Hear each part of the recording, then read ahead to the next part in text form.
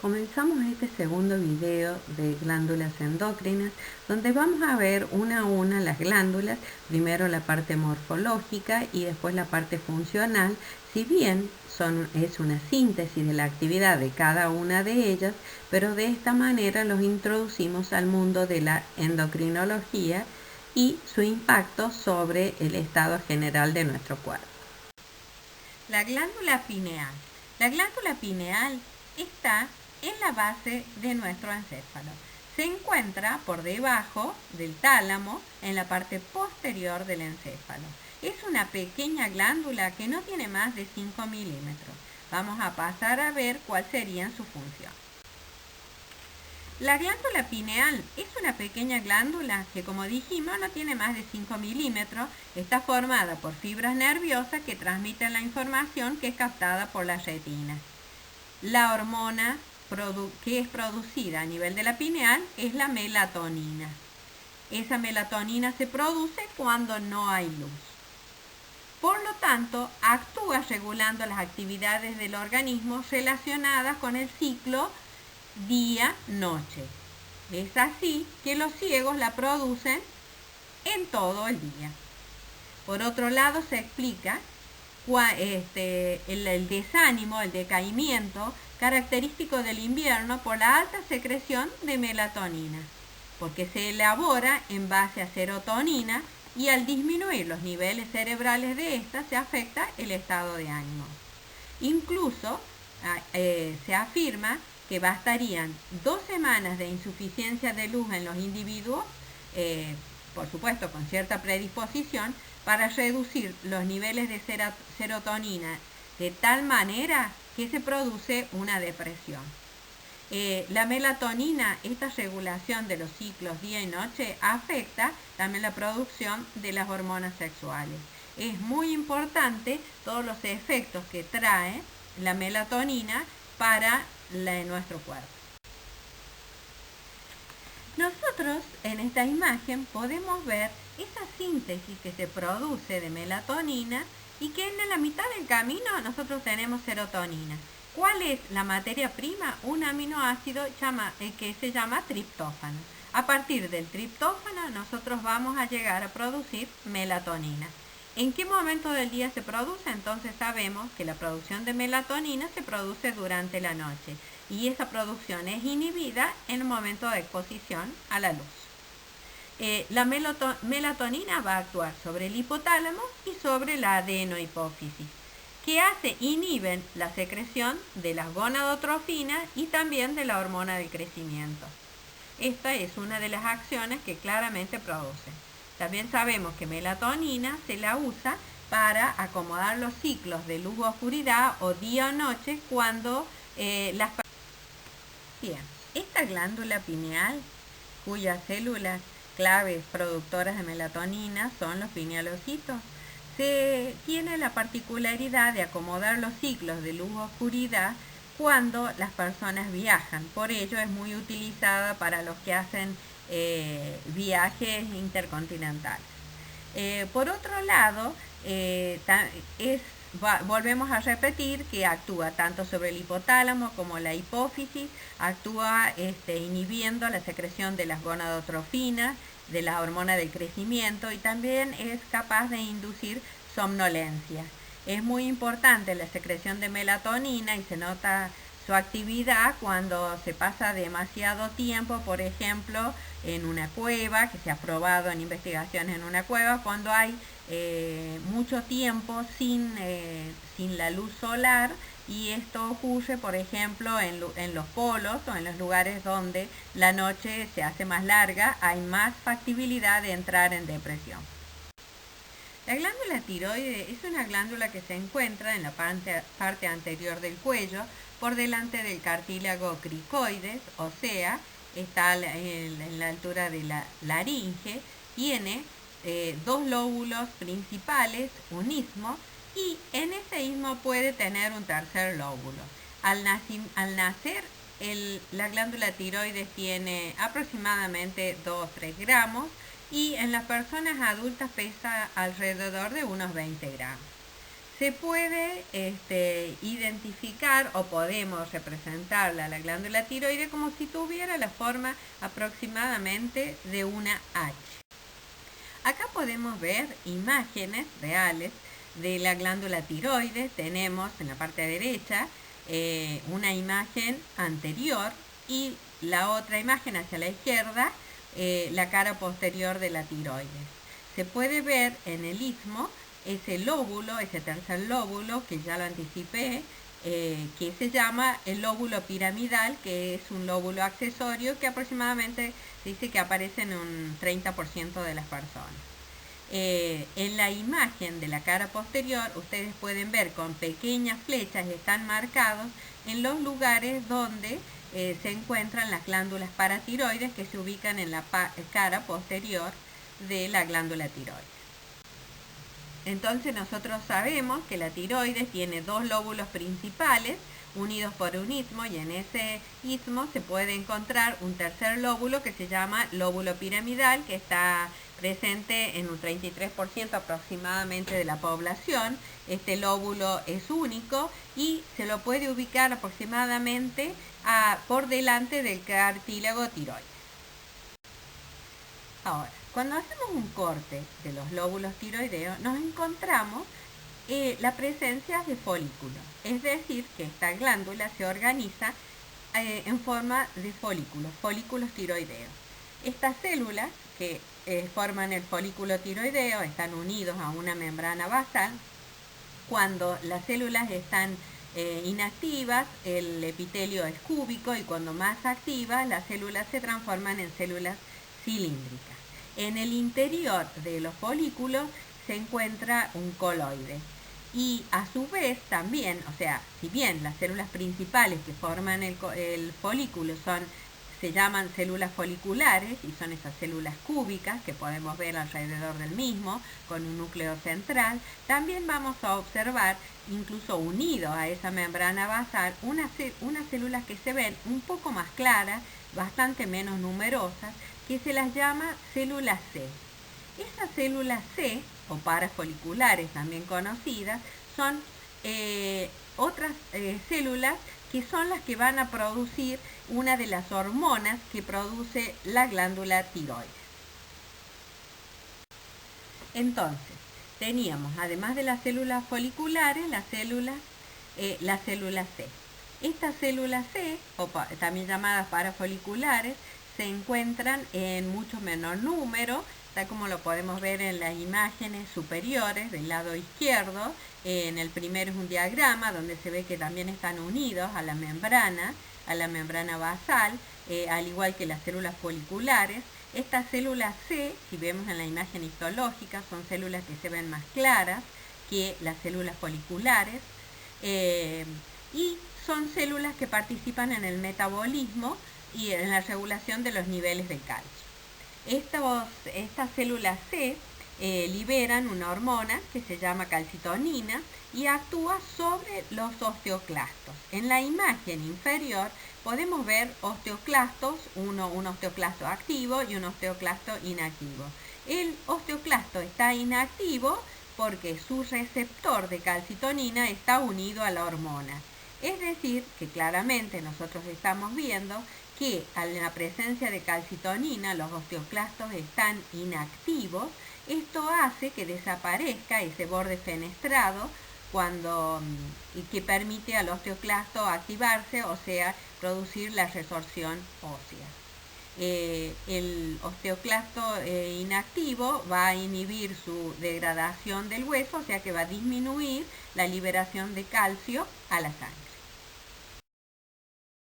Entonces, la calcitonina, que era producida por las células C o parafoliculares del folículo tiroideo, tiene una acción opuesta a la paratormona, que la veremos que es producto de la glándula paratiroides. Va a disminuir la concentración de calcio en sangre, aumentando el depósito de calcio en los huesos, o sea, favoreciendo la formación ósea. Entonces, ¿qué hormonas produce la glándula tiroides? La glándula tiroides produce las hormonas calcitonina, que acabamos de ver, y actúa especialmente a nivel del tejido óseo. Además, las hormonas T3 y T4, que las veremos en detalle ahora su metabolismo. En cuanto al metabolismo del calcio, lo analizaremos cuando veamos la glándula paratiroides. Las hormonas tiroideas T3 y T4 producidas por las células foliculares, la T3 se llama triiodotironina y la T4 también es llamada la tiroxina. Estas hormonas se producen en estas células que forman esta estructura folicular. Entonces, para poderse producir esta hormona, nosotros necesitamos de algunos insumos, además de aminoácidos, para la síntesis de la proteína. Necesitamos yodo, que es captado por la célula en forma de yoduro, desde el torrente sanguíneo. Eso va a formar una gran proteína que se va a almacenar a nivel del coloide y posteriormente es recaptado por las células foliculares para después liberar a sangre las formas activas, que son la T3 o triiodotironina y la T4 o tetrayodotironina o tiroxina. Para entender más claramente la parte química o química biológica de este proceso, tenemos el yoduro se oxida, entonces las tirosinas son yodadas con el yodonio y ¿qué nos va a dar? Se van a formar las monoyodotirosinas o diyodotirosinas.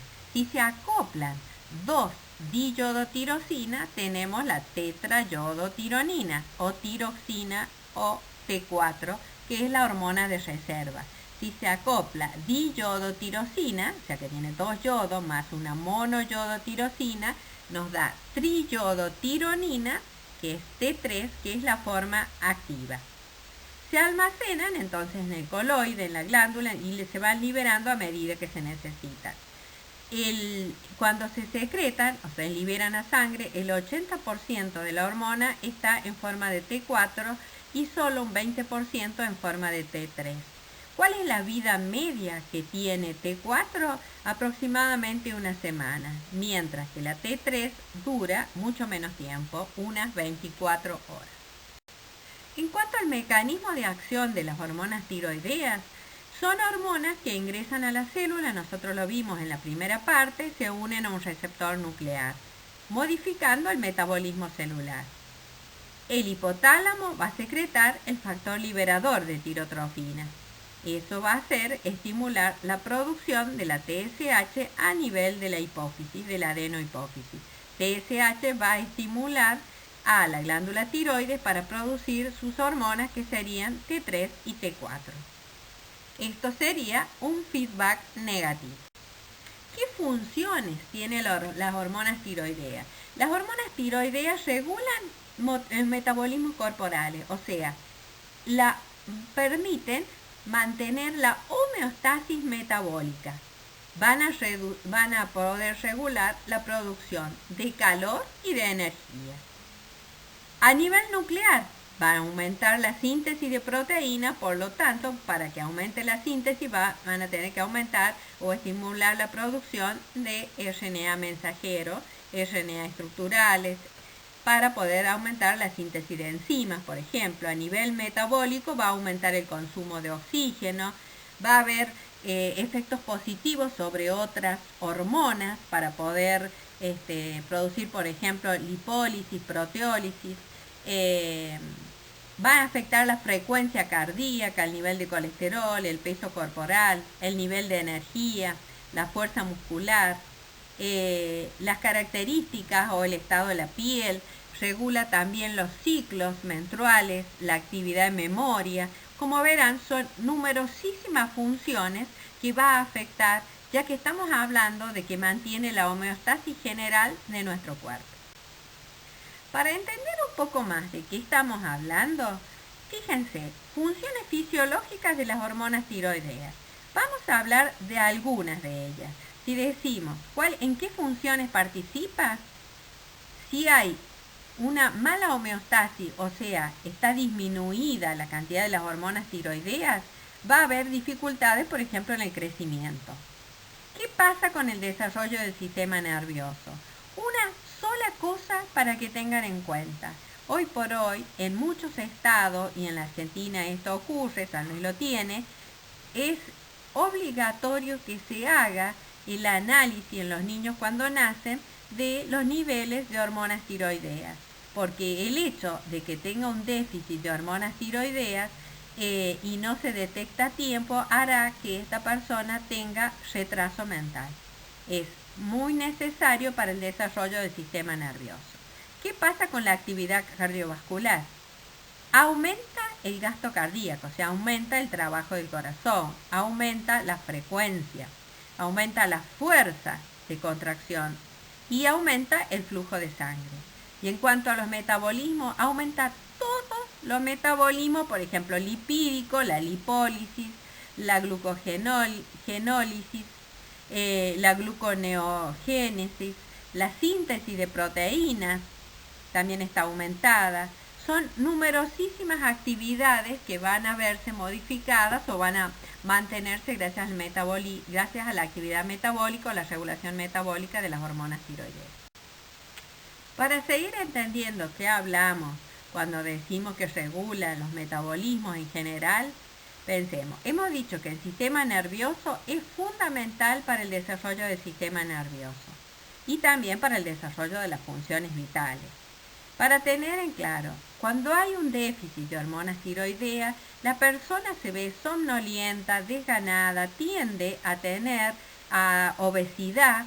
Si bien no son características que siempre están todas al mismo tiempo, pero es muy característico el caso de cuando hay un hipotiroidismo. Miremos en el caso del aparato digestivo y reproductor. En el caso del aparato digestivo, las hormonas tiroideas estimulan la secreción de las enzimas y los jugos digestivos, o sea que para facilitar o permitir la digestión. También favorece la absorción intestinal. En caso al aparato reproductor, en el caso de que tener un hipotiroidismo severo, no hay implantación, o sea que normalmente se puede producir un aborto o no hay fertilización. Interviene también en el normal desarrollo y funcionamiento del aparato reproductor. Veamos otra situación totalmente diferente. En caso de sentir o en el caso de que haya frío, las terminaciones sensoriales que están en piel van a poder captar la sensación. Entonces, esa información llega al tronco del encéfalo. ¿Qué va a hacer? Va a estimular la producción de noradrenalina, o sea, actividad simpática. Esta noradrenalina llega a estimular en el hipotálamo, que hará que se libere TRH. Esa TRH estimulará la producción de TSH a nivel de la adenohipófisis, lo que lleva como consecuencia a producir T3 y T4. ¿Cuál es la consecuencia? El aumento del metabolismo de basal. Y una de las consecuencias es la producción de calor. Por lo tanto, va a terminar regulando la temperatura. En caso que disminuya el yodo en forma excesiva, falte demasiado en la dieta, va a llevar a una situación que es la que está planteada acá. La falta de yodo va a estimular la producción de TRH. A su vez, esta va a estimular la producción de TSH. Y la TSH va a estimular a la glándula tiroides. Y como no pueden llegar a producir las hormonas tiroideas, la glándula se puede hipertrofiar y va a formar una glándula de gran tamaño que se hipertrofia, que se conoce en el hombre como la enfermedad como el bocio. En cuanto a la cantidad de yodo que nuestro cuerpo necesita, pues es variable y va a depender de la edad.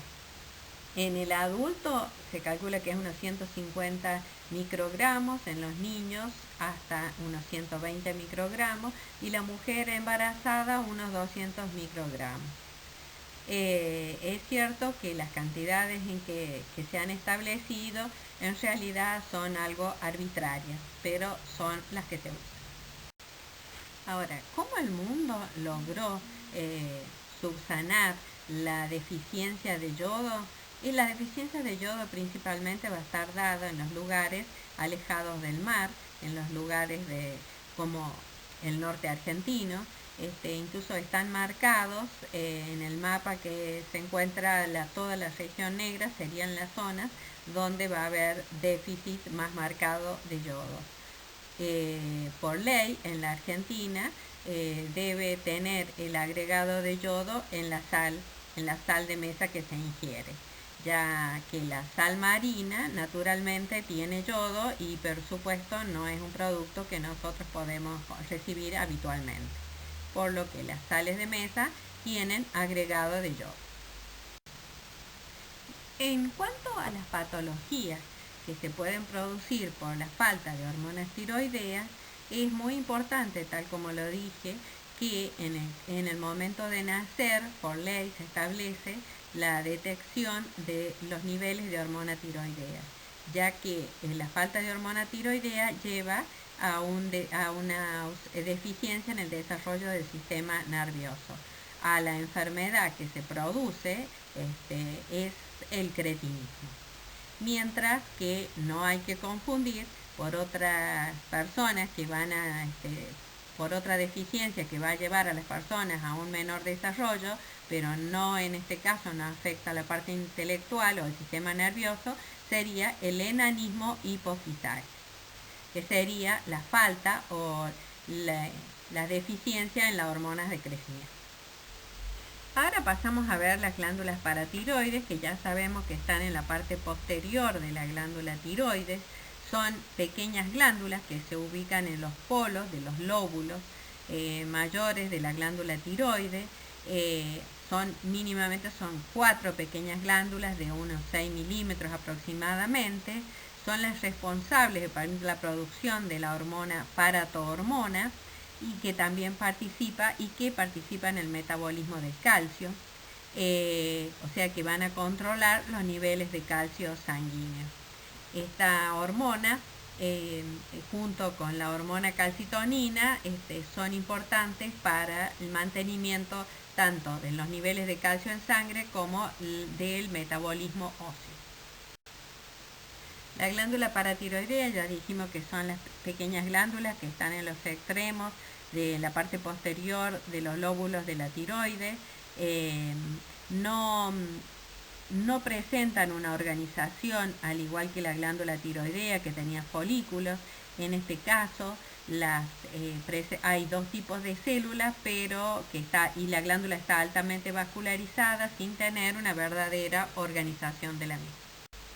Esta imagen permite ubicar en la parte posterior de la glándula tiroides las pequeñas glándulas, que son las glándulas paratiroides, que se pueden ver y están marcadas con las flechitas negras en la parte posterior.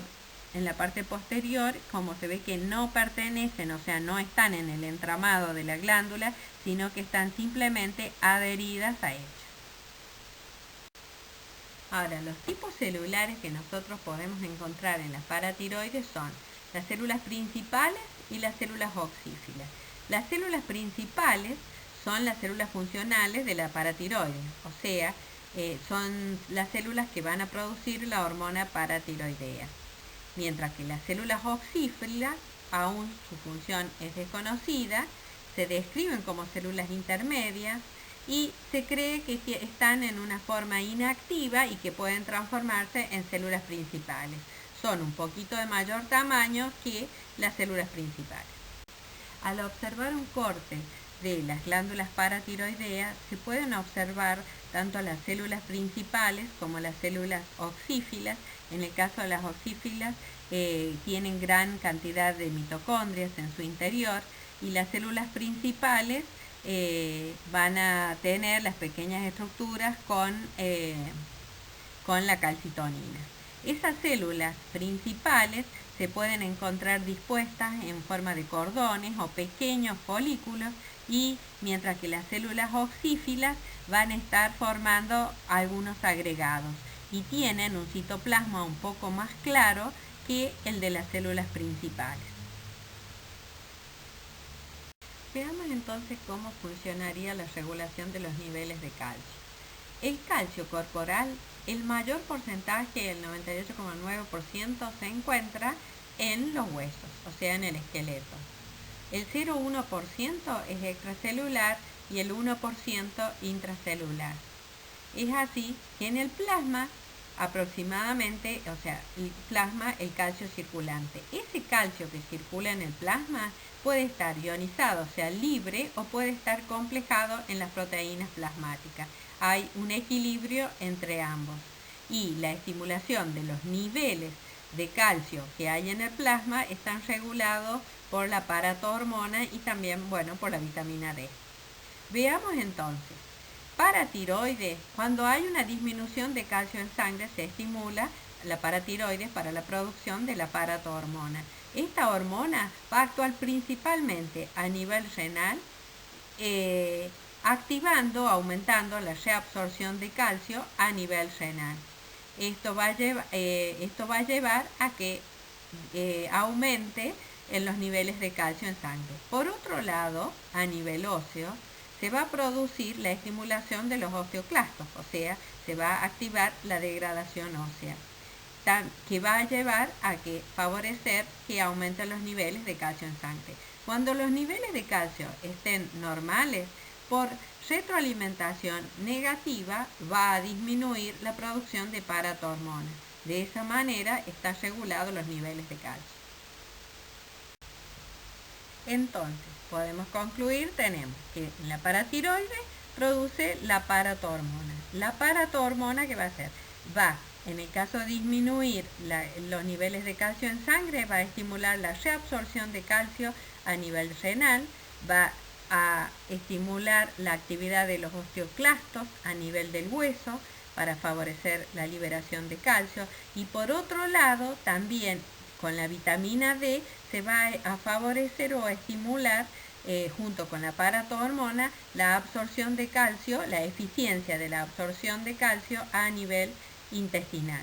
Todas estas situaciones van a llevar a un incremento del calcio en sangre. Ese incremento del calcio en sangre por un feedback negativo va a regular la producción de la paratohormona. Antes de comenzar con la glándula adrenal, vamos a recordar una clasificación. Las hormonas las podemos hacer en una clasificación general, las podemos clasificar en hormonas esteroidales y todas las otras no esteroidales. Dentro de las esteroidales, que son las hormonas de la corteza adrenal, son hormonas liposolubles, es decir, que van a pasar libremente la membrana plasmática.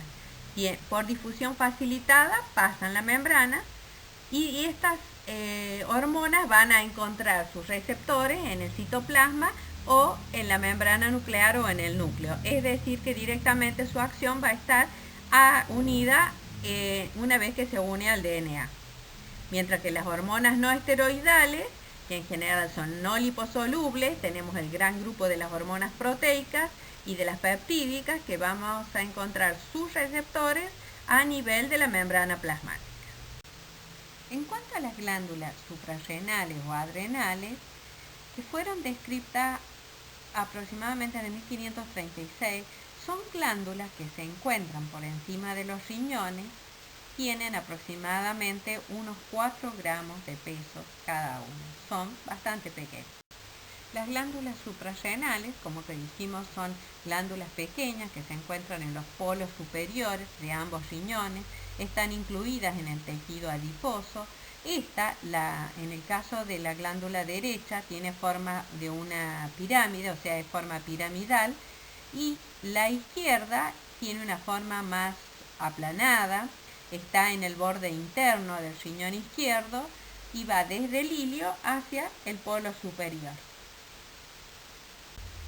Las glándulas suprarrenales, que ya dijimos que son estos órganos pares que están sobre ambos riñones, cada suprarrenal tiene una zona de una corteza que es externa, una médula que es interna y funcionan en forma independiente. La zona de la médula secretan adrenalina y noradrenalina y están relacionadas con el sistema nervioso autónomo, especialmente el sistema nervioso simpático, mientras que la corteza suprarrenal presenta tres zonas diferentes, que son la zona glomerular, la zona fascicular y la zona reticular. Entonces, en la corteza de la glándula adrenal, después de la cápsula, tenemos la zona glomerular o glomerulosa. Son pequeñas estructuras, manera de glomérulos, que están las células que van a producir los mineralocorticoides. Después tenemos la zona fascicular, que a manera de cordones se encuentran las células que van a producir los glucocorticoides. A continuación, la zona reticular, que forman pequeñas redes o retículos, las células, y son las células que van a producir las hormonas sexuales. Por último, en la zona medular se encuentran tanto los cuerpos celulares de las neuronas que van a producir adrenalina y noradrenalina, donde hacen sinapsis las fibras preganglionares del simpático. Ahora veamos qué produce cada zona. En la zona glomerular o glomerulosa tenemos la producción de los mineralocorticoides, entre sus principales productos aldosterona. En la zona fascicular tenemos los glucocorticoides, su principal es cortisol. En la zona reticular tenemos la producción de las hormonas sexuales, su principal producto sería dehidroepiandrosterona. Y posteriormente en la zona de la médula ya sabemos que la producción es de adrenalina y noradrenalina. Veamos cuáles serían algunos efectos de las principales hormonas de la corteza adrenal. En el caso de la aldosterona, que se produce en la zona glomerular, esta induce la reabsorción de sodio, actúa y regula la reabsorción de sodio a nivel renal, mantiene la presión arterial, estabilidad de líquidos del organismo, o sea, la homeostasis entre sodio y potasio. En el caso del cortisol, principal producto de la zona fascicular, participa en el metabolismo de la glucosa, aumenta los niveles de glucosa, también en la lipólisis y lipogénesis, interviene en el crecimiento, ayuda a la formación o a la síntesis de proteínas estructurales, también ayuda a fijar el calcio en el hueso.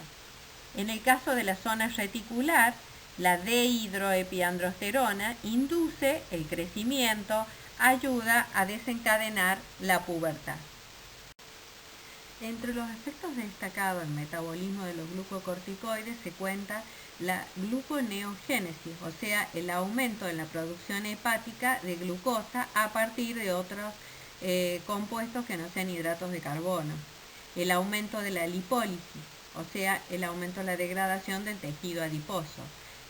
Disminuye la síntesis proteica muscular y va a aumentar la liberación de aminoácidos, y esto es muy importante en el ayuno prolongado.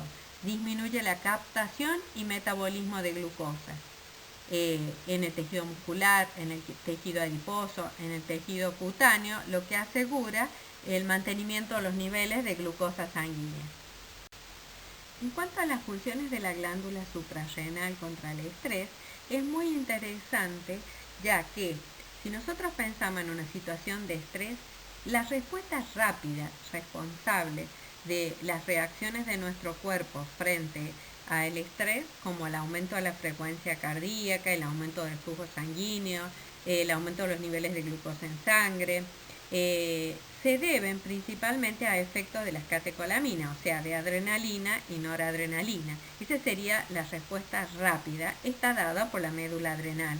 Mientras que responsable a largo plazo del estrés está dado principalmente por los glucocorticoides, o sea, por la respuesta que aumenta los niveles del cortisol, que van a regular el metabolismo de los carbohidratos, de las grasas, de las proteínas, van a llevar a aumento de los niveles de glucosa en sangre, o sea, incluso por gluconeogénesis, liberación de ácidos grasos, tiene efecto antiinflamatorio, O sea que son numerosos efectos que van a ser los responsables de la respuesta al estrés a largo plazo.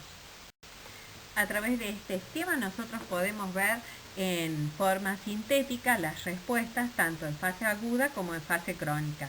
En fase aguda, la liberación de adrenalina y noradrenalina y la actividad simpática va a llevar a un aumento de la frecuencia cardíaca, un aumento del flujo sanguíneo y por otro lado a un aumento de los niveles de glucosa, asegurar los niveles de glucosa en sangre de tal manera que lo pueden hacer liberando desde hígado y músculo a través de la liberación de glucosa con la degradación desde el glucógeno.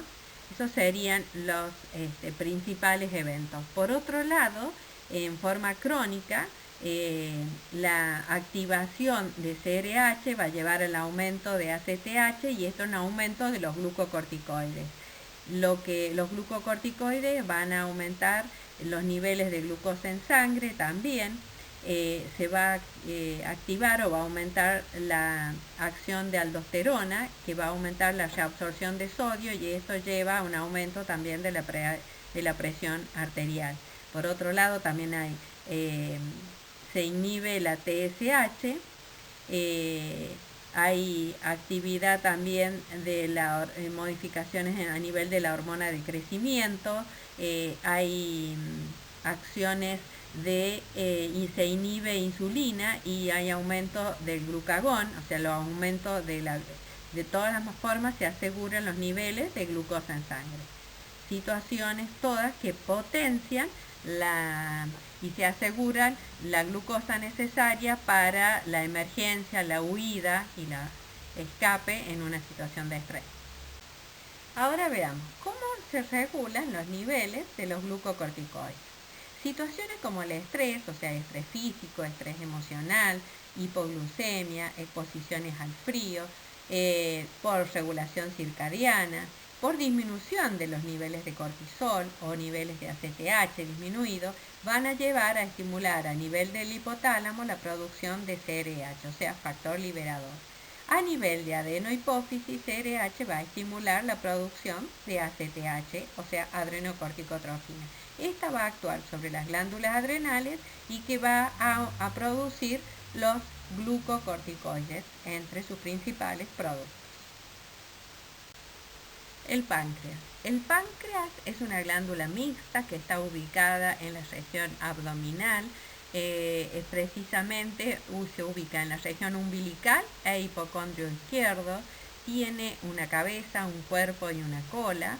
Esta glándula está enmarcada su cabeza en la C que forma el duodeno y su cola se aproxima al vaso.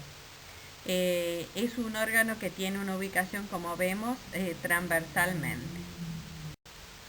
Por el hecho de que ya dijimos que es una glándula mixta, vamos a encontrar una porción endocrina y una porción exócrina. La porción exócrina vuelca su contenido al duodeno y la porción endocrina está formada por los islotes de Langerhans o islotes pancreáticos. En cuanto a el páncreas, está dividido tanto funcional como estructuralmente. La porción exócrina está formada por los acinos pancreáticos y sus conductos que van a volcar su secreción, y la porción endocrina por los islotes de Langerhans. El páncreas exócrino constituye la mayor proporción del páncreas, o sea, el mayor porcentaje está formado por la parte exócrina, que corresponde a un 85-90% del órgano, mientras que la porción endocrina solo corresponde al 1-2% del órgano, es decir, que es mucho menor la porción endocrina, no por ello menos importante. Si miramos de alguna manera esquemáticamente, los islotes de Langerhans no tienen una forma determinada, tal como lo muestra el esquema y una foto que está ubicada abajo. Fíjense, la zona más clara es lo que corresponde a un islote de Langerhans. Estos islotes de Langerhans tienen diferentes tipos celulares, pero no se pueden diferenciar entre sí por técnicas histológicas de rutina. También se ha visto que tienen una cierta organización, donde las células productoras de insulina se ubican son muy abundantes y están en la parte central. Y también tiene la zona periférica o manto donde se ubican los otros tipos celulares. Entonces, ¿cuáles son los tipos celulares que tenemos? Las células A o alfa, que secretan glucagón y se ubican en la periferia del islote. Las células B o beta, que son las más abundantes, secretan insulina y se localizan en la parte central del islote. Las células D o delta, que producen gastrina y somatostatina y son también periféricas. Y las células F, que producen el polipéptido pancreático y en general también están más en el manto. Cada islote tiene aproximadamente unas 2.000, 3.000 células que están rodeados por una red muy rica de capilares fenestrados que son necesarios para que puedan las hormonas viajar por la sangre. También está el armazón de este órgano, está formado por fibras reticulares, o sea, el armazón de tejido conectivo es de fibras reticulares que le dan una cierta estructura al órgano. En la imagen que tienen a continuación serían fotos histológicas con coloraciones de rutina, donde se muestran claramente la relación que hay y la cantidad de los adenómeros, o sea, el páncreas exócrino y el páncreas endocrino, donde se ven los islotes pancreáticos. Se puede ver claramente cómo son células que para la histología, para hematoxilina eosina, se ven mucho más claras y son pequeñas estructuras donde estaría la producción endocrina, mientras que todo el resto corresponde al páncreas exócrino. Si nosotros hacemos una breve síntesis de cuáles serían los principales efectos de insulina en los tejidos, vamos a ir de abajo hacia arriba. Un efecto general es que incrementa el crecimiento celular. A nivel del hígado, entre sus funciones, el incremento de la síntesis de proteínas, el incremento de la síntesis de lípidos, la reducción de la producción de glucosa, o sea, la gluconeogénesis, y el incremento de la síntesis de glucógeno. ¿Qué pasa en el músculo? El incremento de la entrada de glucosa, incremento de la síntesis de glucógeno, el incremento de la captación de aminoácidos, por lo tanto incrementa la síntesis de proteínas. Se reduce el catabolismo celular, reducción de la liberación de aminoácidos para producir gluconeogénesis, ya que estaba inhibida a nivel hepático. En el tejido adiposo va a incrementar la entrada de glucosa a la célula, va a incrementar la síntesis de ácidos grasos. Por lo tanto, va a incrementar el depósito y la síntesis de triglicéridos. Va a disminuir la lipólisis, va a estar inhibida las enzimas, la lipasa sensible a la hormona. Es decir, que numerosas acciones que tiene el efecto de insulina. Lo antagónico sería el efecto de glucagón. Ahora vamos a ver estos esquemas. Que si bien la insulina actúa sobre numerosos metabolismos, no solo del metabolismo de la glucosa, vamos a ver qué pasa con la glucosa. Si la glucosa se encuentra aumentada, vamos a ver el primer caso, esto puede ocurrir después de una comida, va a activar a las células beta. ¿Por qué? Va a activar a las células beta que van a llevar a aumentar la producción de insulina. ¿Qué va a ocurrir con ello? Entonces, la insulina va a producir aumento de la captación y utilización de la glucosa, es decir, que va a facilitar la entrada de glucosa a la célula y el uso de la glucosa. De esa forma va a disminuir la glucemia, o sea, va a llevar a valores normales a la glucosa en sangre. Esto sería lo que ocurriría después de una comida. Veamos qué pasa si la glucosa está disminuida, supongamos en un ayuno prolongado. ¿Qué va a hacer? El organismo va a estimular en los islotes a las células alfa. Las células alfa va a estimular la producción de glucagón. El glucagón va a aumentar y va a llevar a la disminución de la captación de glucosa por las células, a la glucogenólisis y gluconeogénesis. ¿Qué sería esto? A la liberación de glucosa desde el glucógeno, que está almacenado en hígado y músculo, y a la producción de glucosa de otros compuestos que no sean hidratos de carbono, por ejemplo, degradando aminoácidos y degradando ácidos grasos. Entonces, todas estas acciones van a llevar a que la glucosa se normalice. Esto sería en una situación, por ejemplo, de ayuno prolongado. Ahora veamos situaciones extremas con los valores o niveles de glucosa en sangre. Si nosotros tenemos una hipoglucemia aguda va a producir problemas neurológicos. Hay que tener en cuenta que a nivel encefálico no hay reservas energéticas, no hay reserva. Entonces, ¿qué va a pasar? El encéfalo depende de los niveles de glucosa que llegan desde la sangre. Esta hipoglucemia, si se hace muy grave, va a llevar a producir el coma y también la muerte del individuo.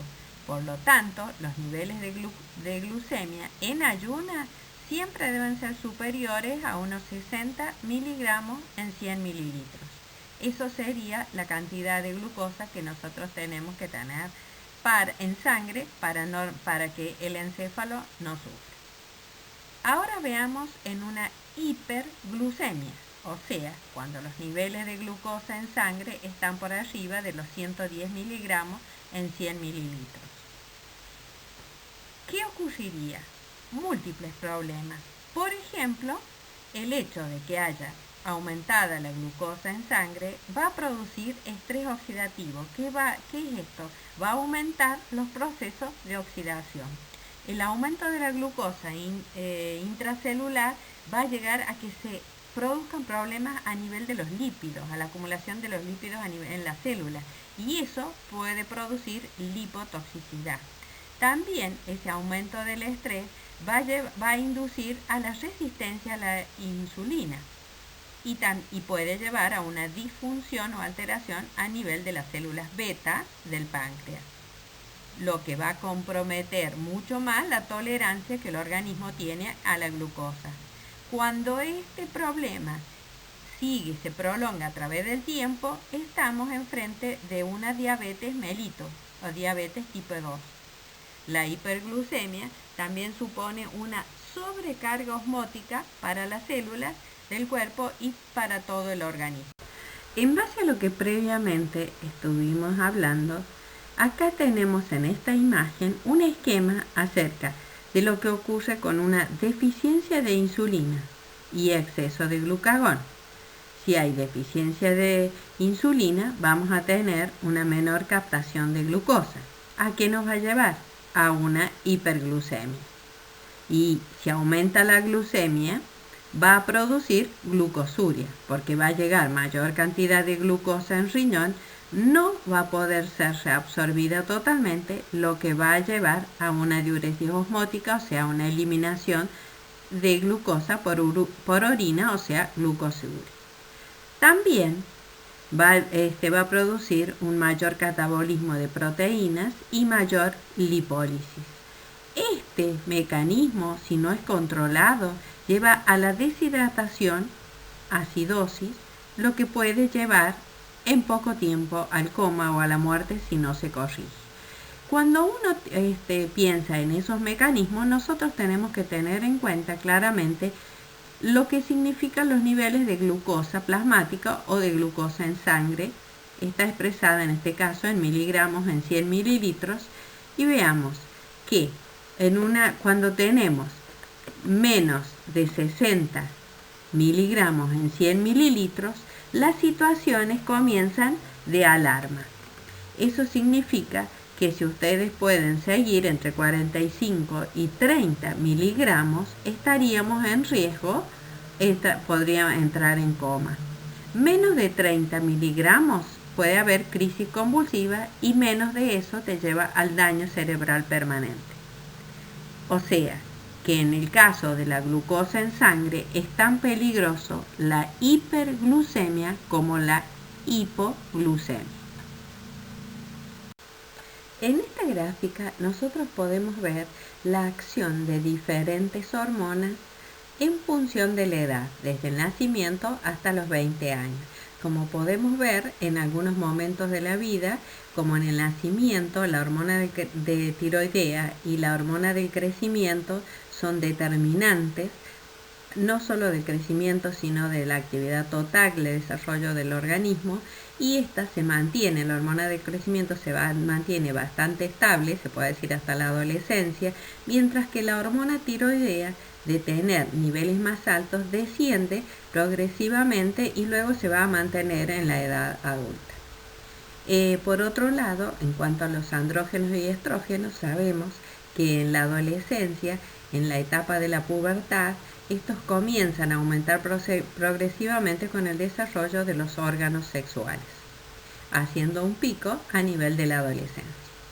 Por lo tanto, podemos ver que estas hormonas claramente van a impactar no solo en el desarrollo físico del individuo, sino también en las características generales, incluso en la personalidad. Bien, hemos hecho una rápida pasaje por la mayoría de las glándulas productoras de hormonas de nuestro cuerpo. Lejos está de decir que es todo lo que uno puede saber de la fisiología de las glándulas. Esto es una introducción al mundo de la endocrinología. Esperamos que les sea leve y que sigan caminando a través de todo lo que sea las funciones de nuestro cuerpo.